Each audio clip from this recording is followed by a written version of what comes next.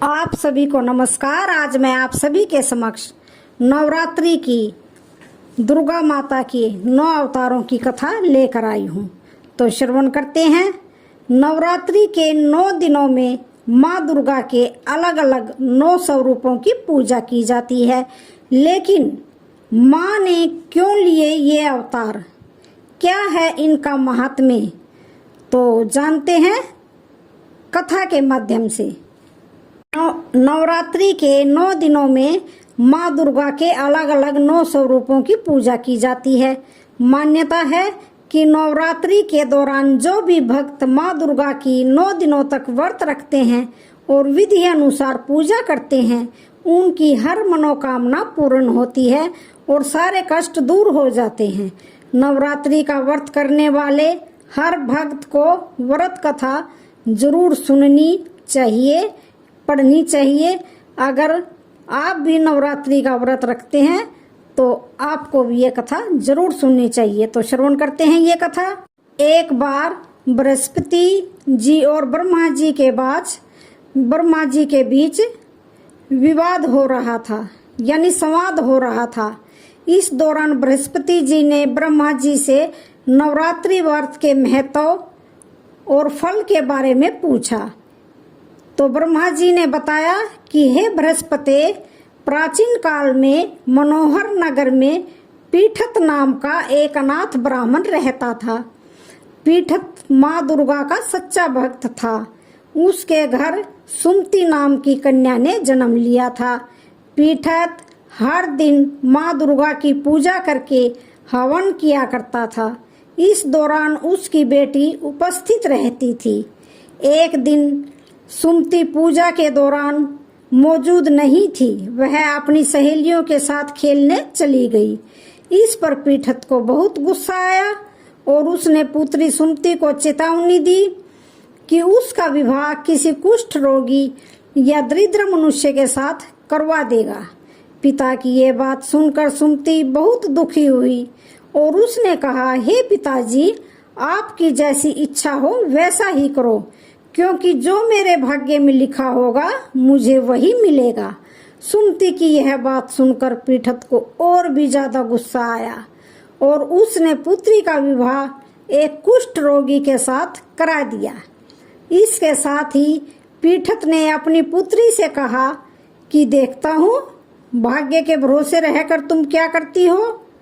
पिता के कटु वचनों से दुखी होकर वह अपने आप को कोसने लगी और अपने पति के साथ वन में चली गई।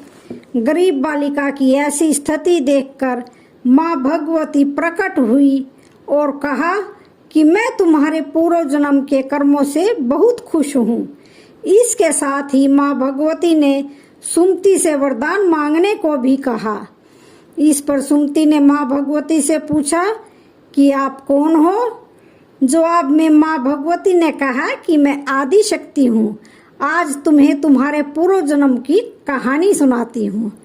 माँ भगवती ने बताया कि पूर्व जन्म में सुमति निषाद की स्त्री और पतिव्रता थी। एक दिन तुम्हारा पति चोरी की वजह से पकड़ा गया। इसके बाद सिपाहियों ने तुम दोनों पति पत्नी को जेल खाने में कैद कर दिया। तुम दोनों को जेल में भोजन भी नहीं दिया गया। तुमने नवरात्र के दिनों में न तो कुछ खाया और न ही जल पिया। इस तरह 9 दिन तक नवरात्रों का व्रत हो गया। माँ भगवती ने आगे कहा कि तुम्हारे उसी व्रत के प्रभाव से प्रसन्न होकर मैं तुम्हें मनोवांछित वर देती हूँ। तुम्हारी जो इच्छा हो सो मांगो। माँ भगवती की ये बात सुनकर सुमति ने कहा, हे माँ दुर्गे, मैं आपको प्रणाम करती हूँ। आपसे विनती है कि मेरे पति के कुष्ठ को दूर कर दीजिए। माँ भगवती ने ब्राह्मण की बेटी की इच्छा पूरी कर दी। इसके बाद सुमति ने माँ भगवती की आराधना की। ब्राह्मण की बेटी की आराधना से खुश होकर माँ भगवती ने कहा कि तुम्हें उदाल्य नामक अति बुद्धिमान, धनवान, कीर्तिवान और जितेंद्रिय पुत्र होगा। इस वरदान से खुश होकर सुमति ने माँ भगवती से नवरात्रि के व्रत की विधि और व्रत के फल की जानकारी मांगी।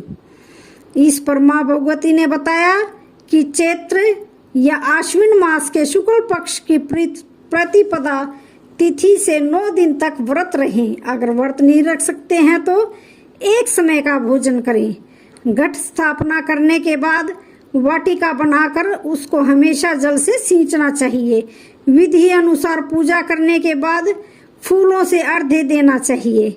इस दौरान घी, गेहूं, शहद, जौ, तिल, बेल, खंड, कदम्ब, नारियल और दाख से हवन करें।